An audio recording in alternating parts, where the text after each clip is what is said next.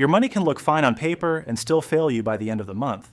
The most common mistake is confusing the amount you earn with the amount that actually moves through your life. By the end of this lesson, you will know how cash flow really works, why it catches people off guard, and how to spot the warning signs before they turn into a problem. Imagine someone who gets paid, pays a few bills, buys a few things, and then somehow feels broke again long before the next paycheck arrives. That feeling usually does not come from one huge disaster. It comes from a quiet mismatch between money coming in and money going out. Cash flow is the movement of money into your life and out of your life over time. If more money comes in than goes out, your cash flow is positive. If more money leaves than comes in, your cash flow is negative. That sounds simple, but the way people experience it is not simple at all. A lot of beginners focus on their income and assume that if the income is decent, everything else will somehow work itself out. That is the trap. Income tells you what arrives. Cash flow tells you what stays available. Those are not the same thing. A person can earn a strong salary and still feel constantly behind because the money is already spoken for before it lands. Another person can earn less and still feel in control because their outgoing money is lower and more predictable. Think about a month where your paycheck arrives and you feel relief for about 2 days. Then rent clears, a subscription renews, your card payment posts, and a couple of small purchases you barely notice start stacking up. None of those events looks dramatic by itself. That is the dangerous part. It does not look dangerous at first, but the pattern is already deciding your month before you have time to react. Cash flow matters because it shows the shape of your real life. It reveals whether your spending habits match your income rhythm. It reveals whether your bills are timed in a way that works for you. And it reveals whether you have room to handle surprises without immediately going into damage control. If you ignore cash flow, you may keep blaming yourself for being bad with money, when the deeper issue is that you never map the flow. Here's the part many people miss. Cash flow is not only about how much you make or how much you spend. It is about timing. You can have enough money across a month and still run short on a Tuesday because several bills hit before the next paycheck arrives. That means a person can be technically solvent over time and still be temporarily stuck in the red. Timing problems create pressure even when the total numbers look acceptable. That is why the same income can feel different from one person to another. Someone paid every week may have an easier time matching bills to income than someone paid twice a month, even if they earn the same annual amount. Someone whose rent comes due right after payday may feel less friction than someone whose rent lands just before the next deposit. The issue is not only what you earn, it is how the money travels. A useful way to think about cash flow is to imagine a pipe. Money comes in through one side, and it drains out through the other. The pipe does not care how impressive the incoming number looks if the outgoing side is leaking too quickly. That leak may be obvious, like a high rent payment, or it may be subtle, like repeated small purchases, yearly bills that were never planned for, or spending that rises every time your income rises. That subtle rise in spending is where many people get caught. They get a raise and expect their money problems to disappear.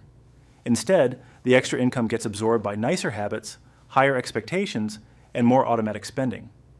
The result is that the money inflow increased, but the net cash flow barely changed. This is one reason people can feel stuck even after earning more. The new income never actually reaches their decision-making space. Cash flow becomes especially important when life gets irregular. Maybe your work hours change. Maybe a side project pays late. Maybe your car needs attention. Maybe you move into a place with uneven utility costs. When your money flow is fragile, even small disruptions create a chain reaction.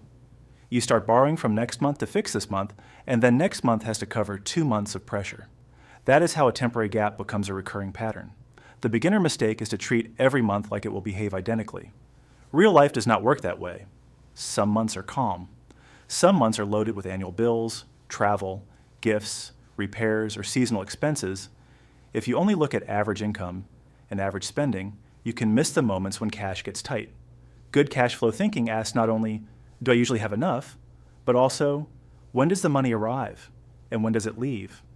A simple practical example makes this easier to see. Suppose someone earns a steady paycheck and also has a few automatic payments hitting at different times during the month. If the largest bill arrives before the paycheck clears, the person may need to rely on a balance buffer. If that buffer is too small, they feel the squeeze even if they are not truly overspending across the whole month. The cash flow problem is not lack of income in the big picture. It is a mismatch in the calendar. That is why tracking cash flow is different from only tracking expenses. Expense tracking tells you what you spent. Cash flow tracking tells you when money moved. Both matter, but timing gives you the extra layer that makes the picture useful. When you know the timing, you can predict pressure points instead of discovering them by accident. And once you can predict them, you can start managing them. The best part is that you do not need a complicated system to begin. You need awareness. Notice when money lands. Notice when fixed bills leave. Notice which spending is automatic and which spending is optional. Notice whether the first half of the month feels different from the second half. Once you can see the pattern, you can make better choices about when to pay what, how much to keep available, and where not to overcommit. A healthy cash flow habit is to watch the space between paychecks, not just the balance on payday. That space is where a lot of people get themselves into trouble. They see the account balance after income arrives and feel safe. Then they spend based on the temporary high point instead of the amount that needs to last. By the time the next paycheck comes, the real picture has already changed. Another useful habit is to separate fixed obligations from flexible spending in your mind. Fixed obligations are the things that will leave no matter what you feel like doing. Flexible spending is where choices still exist. If you understand which money is already committed, you stop treating it like free money. That one shift alone can change the way you make decisions throughout the month. Cash flow also connects to bigger financial goals. Saving money requires positive cash flow because you cannot consistently set money aside if everything coming in is already consumed. Paying down debt also depends on cash flow because extra payments come from money that is left after necessary expenses. Investing depends on cash flow too because long-term growth starts with money that is actually available to deploy. In other words, cash flow is the root, not just the result. This is why people who seem to be doing everything right can still struggle. They may know what they want to do with money, but the flow never gives them enough breathing room to do it. They need the system to stop leaking first. Once the flow improves, goals that once felt impossible start looking normal. Not effortless, but possible. There's also an emotional side to cash flow, but it is not the whole story. When money is arriving and leaving in a controlled way, you make decisions with less panic. When the flow is chaotic, every purchase feels loaded and every bill feels personal. The goal is not to eliminate all money stress forever. The goal is to create a pattern where you are not constantly surprised by your own numbers. If you remember one thing, remember this. Cash flow is the movement of money, not just the amount of money. It tells you whether your life is being funded in a stable way or whether you are always patching holes as you go.